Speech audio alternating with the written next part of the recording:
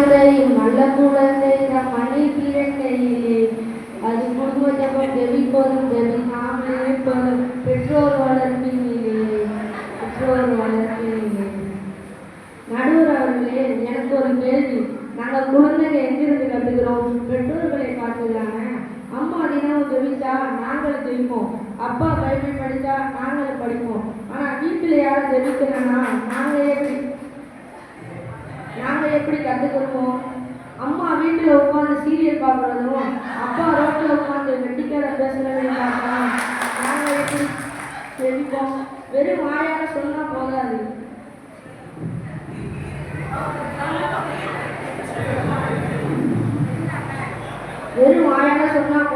பெற்றோர்கள் செயலில் காட்டணும்.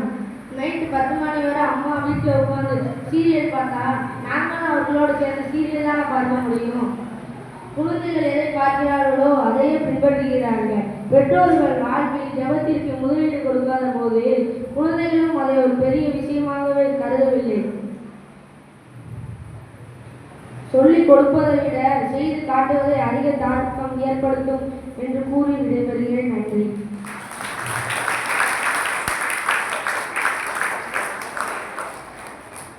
தம்பி, மிக சிறப்பா பேசுறீங்க. உங்க அம்மா எல்லாரும் வீட்டுக்கு தானே போவேன், ஞாபகம் வச்சுக்கிறீங்க. நல்லா பேசினாங்க. பேசினதுல 2 கருத்து அழகா சொன்னாங்க. குழந்தைங்க நாங்க எங்க இருந்து கத்துக்கிறோம்? ஜபத்திற்கு முதலிடம் கொடுக்காத போது நாங்க எப்படி கொடுப்போம்? ஆக சட்டியில இருந்தா தானே அகப்பையில வரும். அப்ப நம்ம தான் நம்ம குடும்பம், நம்மளுக்கு பின்னாடி வரக்கூடிய இந்த தலைமுறைக்கு முதல்ல பாதுகாப்பா இருக்கணும், வழிகாட்டியா இருக்கணும். நம்ம எல்லாரும் படிச்சிருக்கோம், மாதா பிதா குரு தெய்வம். அப்ப மாதா தானே ஃபர்ஸ்ட். குழந்தைங்க 5 வயசு வரைக்கும் அம்மாவையும் அப்பாவையும் தான் ரோல் மாடலா எடுத்துடுவாங்க. அவங்க தான் அவங்களோட வாழ்க்கையில ஹீரோ. அந்த வயசுல அவங்க எந்த பழக்க வழக்கத்தை கத்துக்கிறாங்களோ அதுதான் வளர வளர அவங்களோட மனப்பான்மையில இன்னும் அதிகமாக என்ன செய்யணும்னா வளரும். நம்ம பார்த்தோம்னா நம்ம வீட்டுல அம்மா சீரியலை ஓப்பன் பண்ணி வச்சுட்டு உட்காந்துடுறாங்க. பிள்ளைங்களே ஆர்வமா போய் அம்மா வாங்க ஜெபிக்கலாம் பார்த்தா இது சீரியல்ல வில்லி விஷம் பிடிக்க போறா, இது கல்யாணம் முடிச்சுதான் நான் வந்துடுறேன் அப்படின்னு சொல்லி பிள்ளைங்க ஆர்வமா இருந்தாலும் நம்மளே என்ன செஞ்சிடும், காலத்தை கடத்திடுறோம். அதுக்கப்புறம் நல்லா தெரிஞ்சுக்கிறீங்க, பெற்றவங்க முழங்கால் போட்டாதான் பிள்ளைங்க ஆண்டவர் முன்னாடி என்ன செய்வாங்க, நிற்கவாறு செய்வாங்க. இந்த தம்பி பேசுனதுல ஒரு அழகான விஷயம், தியாகம் செய்யாத மனநிலை. இப்ப இருக்கக்கூடிய பேரண்ட்ஸும் இப்ப வந்த ரீசெண்டா வந்த இந்த திரைப்படங்கள், நம்மளுக்கு முன்னாடி இருக்கக்கூடிய சமூக ஊடகங்களுக்கு அடிக்ட் ஆகி மாலை வேலை ஆனதுல இருந்து இரவு நேரங்கள்ல வரக்கூட படைத்தவனை மறந்துக்கிட்டு என்ன பண்ணிட்டே இருக்காங்கன்னா அந்த திரைக்கு பின்னாடி ஓடிக்கிட்டே இருக்காங்க. அதனால நினைவுல வச்சுக்கோங்க, இனிவரும் காலங்கள்ல கொஞ்சம் முன்மாதிரியா இருங்க. அருமையான வாய்ப்புக்கு நன்றாக பேசின தம்பிக்கு இன்னொரு தடவை எல்லாரும் மனமாற பாராட்டுங்க. குடும்ப ஜபம் செய்யறதுக்கு எங்க வீட்டுல அம்மாவும் அப்பாவும் தான் காரணம் அப்படின்னு ஒரு பக்கம் சொன்னாங்க. ஆனா இன்னொரு பக்கம் சொன்னாங்க, இல்ல எங்க அம்மா எங்க அப்பா நல்லா ஜெபிக்கிற மனநிலையில இருக்காங்க, ஆனா எங்க வீட்டுல இருக்க போன் தான் காரணம், அதனாலதான் நாங்க ஜெபிக்க மாட்டேங்கிறோம் அப்படின்னு சொல்லிட்டு தங்களோட வாரத்தை எடுத்துக்கிறதுக்காக ஆரிஃப் அவர்களை அன்போடு அழைக்கிறேன்.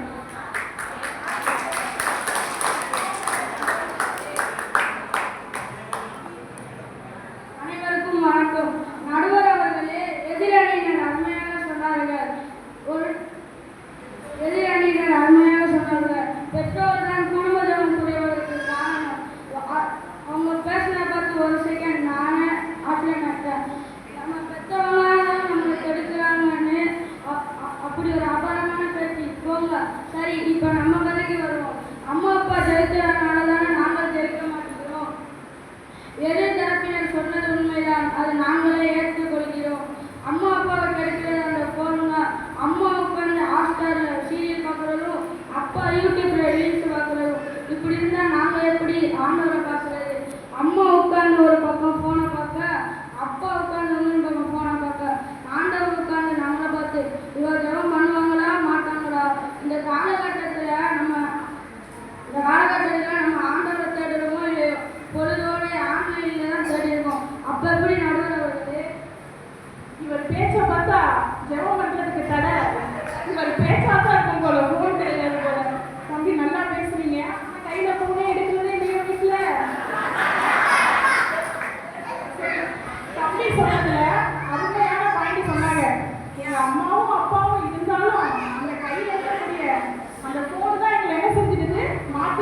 அப்படின்னு சொல்றாங்க. முன்னாடிலாம் பைபிளை ஓபன் பண்ணாலே பயப்படுவாங்களாம். ஆண்டவரை கண்ணுக்கு கண்ணு பல்லுக்கு பல்லு அப்படின்னா அப்பெல்லாம் தீர்ப்பு. ஆனா இப்போ ஆண்டவர் இயேசு வந்ததுக்கு அப்புறம் நம்மளுக்கு எவ்வளவோ மீட்பை தரதுக்கு நம்ம எவ்வளவோ பாவிகளா இருந்தாலும் நம்ம என்ன செஞ்சுக்கிட்டே இருக்காரு, அரவணைச்சு அன்பு செஞ்சுக்கிட்டே இருக்காரு. ஆனா நம்ம கையில இருக்க போனை திறந்தாலும் என்னதான் வருது, முக்காவாசி பாவம் தான். ஆனா அதுல நம்ம என்ன செஞ்சுக்கிட்டு இருக்கோம்னா மூழ்கி கிடந்துகிட்டு இருக்கோம். தம்பி சொன்னாரு, அம்மா ஒரு பக்கம் போன் பார்க்குறாங்க, அப்பா ஒரு பக்கம் போன் பார்க்குறாங்க, வீட்டில் ஆண்டவர் நம்மளை பார்த்துக்கிட்டு இருக்காரு. அதே மாதிரி தான் நம்மளும் அதே தரம் தான் பண்ணிக்கிட்டு இருக்கோம். வீட்டு வாசல்ல என்ன எழுதி வச்சிருக்கோம், ஆண்டவரே வீட்டின் தலைவர் எழுதி வச்சிருக்கோம். உள்ளுக்குள்ள பார்த்தோம்னா சிறுமம் வச்சிருக்கோம். ஆனா அந்த தலைவர் கூட ஒரு 5 நிமிஷம் கூட பேசுறதுக்கு நம்ம என்ன செய்யலாம், தயாரா இல்லை. அதனால இனி வரும் காலங்கள்ல குடும்ப ஜெபம் அப்படிங்கிறத நம்ம பிள்ளைங்களுக்கு எடுத்து சொல்லுவோம். பொதுவா ஜெபத்தை 2 வகையா பிரிப்பாங்க, தனி ஜெபம், குடும்ப ஜெபம். இன்னைக்கு எதுக்கு இந்த குடும்ப ஜெபத்தை பத்தி நம்ம அதிக அளவுல பேசுறோம் அப்படின்னா, எந்த இடத்து தனி ஜெபம் அப்படிங்கிறது, ஜெபம்னா என்ன, முதல்ல தனிப்பட்ட நபர் ஒரு கடவுளோட உரையாடுறது. இந்த கூட்டு ஜெபத்துக்கு அடிப்படையா இருக்கிறது தான் குடும்ப ஜெபம். ஆண்டவரே சொல்லியிருக்காரு, எங்கே 2 3 என் நாமத்தின் பொருட்டு எதை கேட்பீர்களோ அதை நான் தருவேன் அப்படின்னு சொல்லிட்டு. இந்த மாறி வரக்கூடிய காலங்கள்ல நம்ம பல விஷயங்களை நினைச்சு கவலைப்பட்டுக்கிட்டே இருக்கோம். நம்ம பிள்ளை படிக்கலைன்னா கவலை, நம்ம வீட்டுல ஏதாவது ஒரு பிரச்சனை வந்தா கவலை. ஆனா அந்த பிரச்சனைகளுக்கு நடுவுல மிகப்பெரியவராக இருக்கிற, இந்த உலகத்தை விட பெரியவராக இருக்கிற நம்ம இறைவனை பத்தி அந்த நம்பிக்கையை நம்ம பிள்ளைகிட்ட இன்னும் நம்ம என்ன செய்யலைன்னா விதைக்காம இருக்கோம். அதனால பேரண்ட்ஸ் ஆகிய நம்ம பிள்ளைங்களுக்கு முன்னாடி இருந்த நம்ம முன்னோர்கள் எப்படி நம்மகிட்ட விதைச்சிட்டு போன விதைதானே இன்னைக்கு நம்ம இவ்வளவு தூரம் ஆலமரம் மாதிரி விருட்சமா இருக்கும். அதே மாதிரி நம்மளும் விதைக்கிறதுக்கு முன்வருவோம். திரும்பவும் இந்த பட்டிமன்றத்துல இல்ல நீங்க என்னதான் போன காரணம் சொன்னால எங்க அம்மாவும் எங்க அப்பாவும் தான் எங்க வீட்டுல ஜெபிக்க தடையா இருக்காங்கன்னு சொல்லிட்டு தன்னோட வியாழத்தை எடுத்து வைக்கிறதுக்கு ஜெர்வின் அவர்களை அன்போடு அழைக்கிறேன். எல்லாரும் கரவொலி எழுப்பி வரவங்கள வாழ்த்து.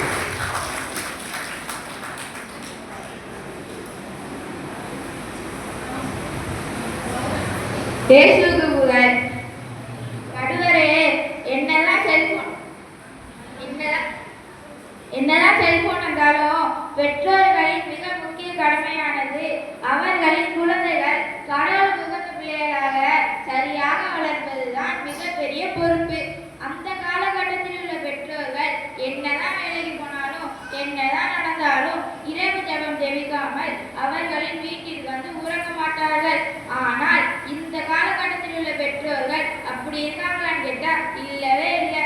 ஆனால் இன்றைய வாழ்க்கை முறை, வேலைப்பளு மற்றும் தனிப்பட்ட கவலைகள் காரணமாக பெற்றோர்கள் ஜெபத்திற்கான நேரத்தை ஒதுக்க மறந்து விடுகின்றனர். குடும்பமாக ஒன்றாக அமர்ந்து பேசும் நேரமே குறைந்து விட்டதால் ஜெபம் போன்ற ஆன்மீக செயல்கள் பின்தள்ளப்படுகிறது. சில பெற்றோர்கள் கல்வி, பணம் மற்றும் எதிர்கால வெற்றி போன்றவற்றிற்கு அதிக முக்கியத்துவம் கொடுத்து ஜெபம் போன்ற ஆன்மீக செயல்களை புறக்கணிக்கின்றனர். இதனால் குடும்ப ஜெபம் மெதுவாக குறைந்து வருகிறது. எனவே குடும்ப ஜெபத்தை மீண்டும் உயிர்ப்பிக்க வேண்டுமெனில் பெற்றோர்கள் தங்கள் பொறுப்பை உணர்ந்து குழந்தைகளுக்கு முன்மாதிரியாக இருந்து தினசரி ஜெபத்தை குடும்ப வழக்கமாக மாற்ற வேண்டும் என்று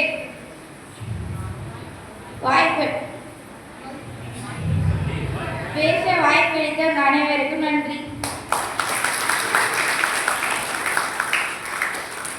சரியா சொன்னீங்க. உங்க வேலைக்கு போயிட்டு வர பெற்றோர்கள் குறிப்பா காலையிலேயே கிளம்பி வீட்டு வேலைகளை பார்க்கறதுல மிகுந்த ஆர்வமா இருக்காங்க.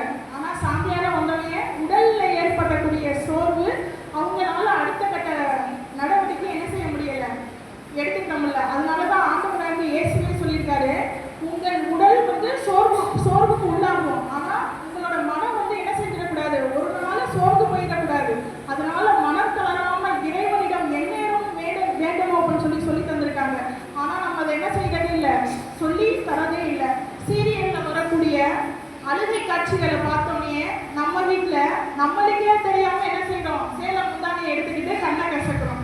ஆனா நம்ம குடும்பம் பக்தியில வளராம இருக்கிறத பார்த்து என்னைக்காவது நம்ம ஃபீல் பண்ணிருக்கோமா? நீங்களே உங்களை சிந்திச்சு பாருங்க. நம்ம அளவுக்கு அதிகமா ஆண்டவரை தேடி போவோம். ஆனா நம்மள்கிட்ட இருக்க ஆர்வம் நம்ம பிள்ளைங்கிட்ட இருக்கா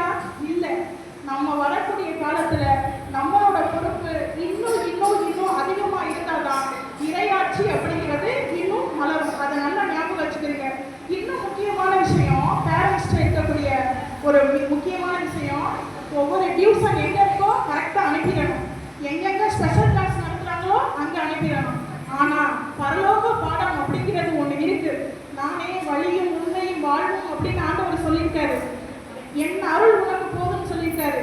இந்த வார்த்தைகள்லாம் நம்ம பிள்ளைங்களுக்கு தெரியாது. அதனால தான் இந்த உலகத்தில் ஒரு சின்ன போராட்டம் வந்தாலும் அவங்களால என்ன செய்ய முடியலன்னா அதை எதிர்கொண்டு வாழ முடியலை.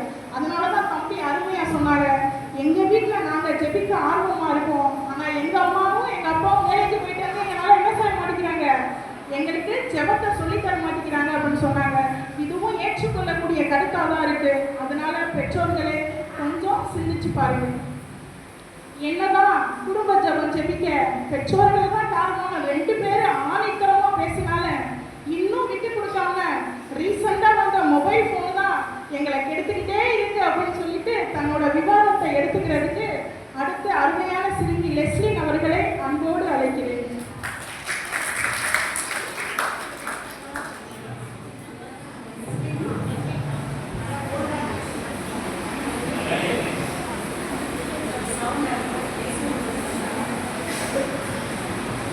அனைவருக்கும் வணக்கம். நடுவர் அவர்களே, இந்த காலகட்டத்தில் பிள்ளைகளோட மொத்த கண்ட்ரோலும் பெற்றோர் கையில் இல்லை, செல்போன் கையில் தான் இருக்கு.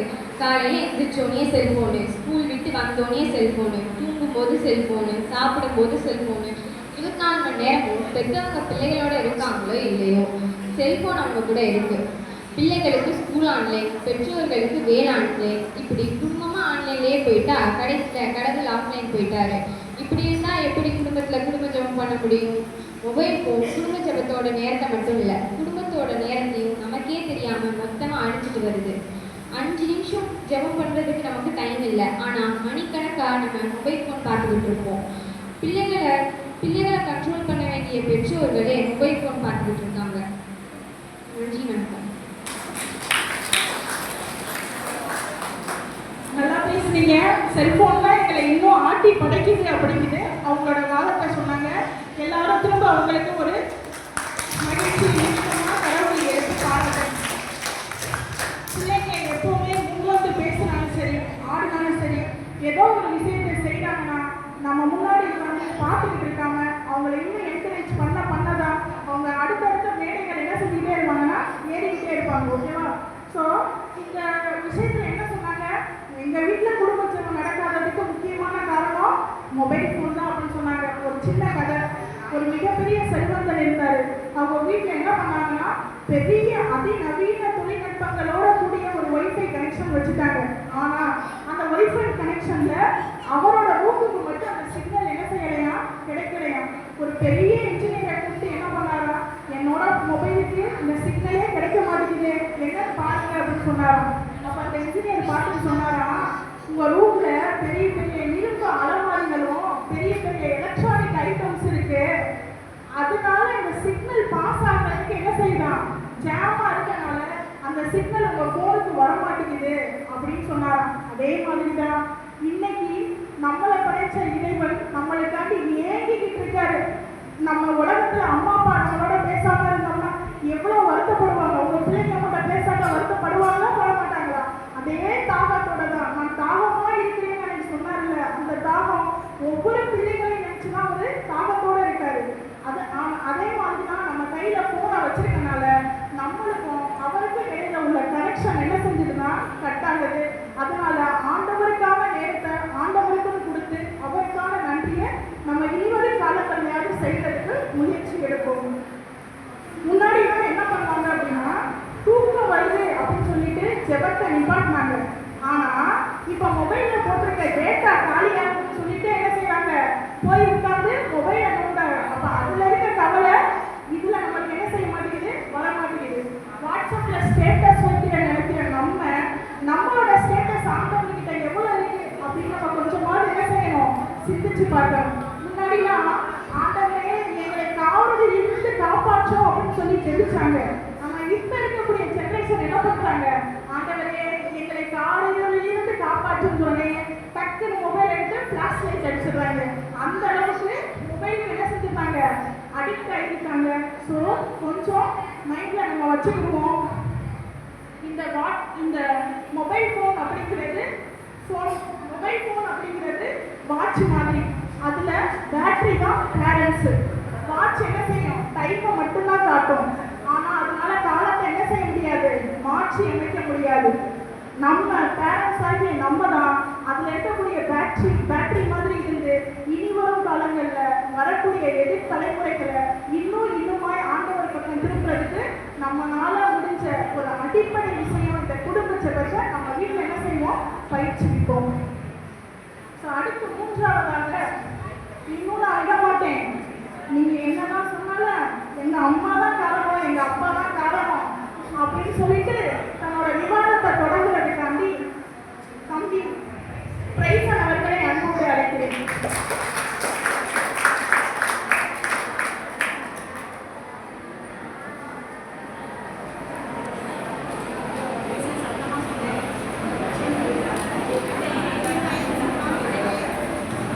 அனைவருக்கும் வணக்கம். நடுவர்களே, என்னத்தான் நம்ம குடும்பத்தில் மொபைல் ஃபோன் ஆதிக்கம் செலுத்தினாலும் நம்மளை வழிநடத்துகிற பொறுப்பு பெற்றோர்கள் கையில் தான் இருக்குது. ஆனால் இந்த காலகட்டத்தில் பெற்றோர்கள் வழி நடத்துகிறாங்களா இல்லையான்னு தெரியல. இது ஒரு கேள்விக்குறியாக தான் இருக்குது. ஆனால் எத்தனை மொபைல் ஃபோன் வந்தாலும் எத்தனை இன்டர்நெட் வந்தாலும் பெற்றோர்கள் கடமை பொறுப்பு என்றைக்குமே மாறவே மாறாது. நான் முன்னோர்கள் நமக்கு கட்டுத்தந்த ஜெபத்தை பெற்றோர்கள் நம்மளுக்கு கட்டுத்தர தவறிவிட்டாங்க. ஆனால் குடும்ப ஜெபம் குறைந்ததுக்கு முழு காரணம் பெற்றோர்கள் மட்டும்தான். நம்ம பிள்ளை படிக்கணும்னா மட்டும் டியூஷன் அனுப்பிவிடுறோம். ஆனால் நம்ம பிள்ளை ஜெபம் படிக்கலைன்னா அப்படியே விட்டு விடுறோம். குடும்ப ஜெபத்தோட முக்கியத்துவத்தை பற்றி பிள்ளைகளுக்கு பெற்றோர்கள் சொல்லிக் கொடுக்க தவறிவிட்டார்கள். வேளாங்கண்ணி கூட்டியுமே கோயிலாக போகிறோம். ஆனால் ஒரு நாள் வீட்டில் உட்காந்து ஜெபம் படித்தாதான் என்ன? குழந்தைகளுக்கு குடும்ப ஜெபத்தோட முக்கியத்துவத்தை நீங்கள் தான் உங்கள் குழந்தைகளை கூட்டிகிட்டு போய் குடும்ப ஜெபம் படிக்க வைக்கணும்.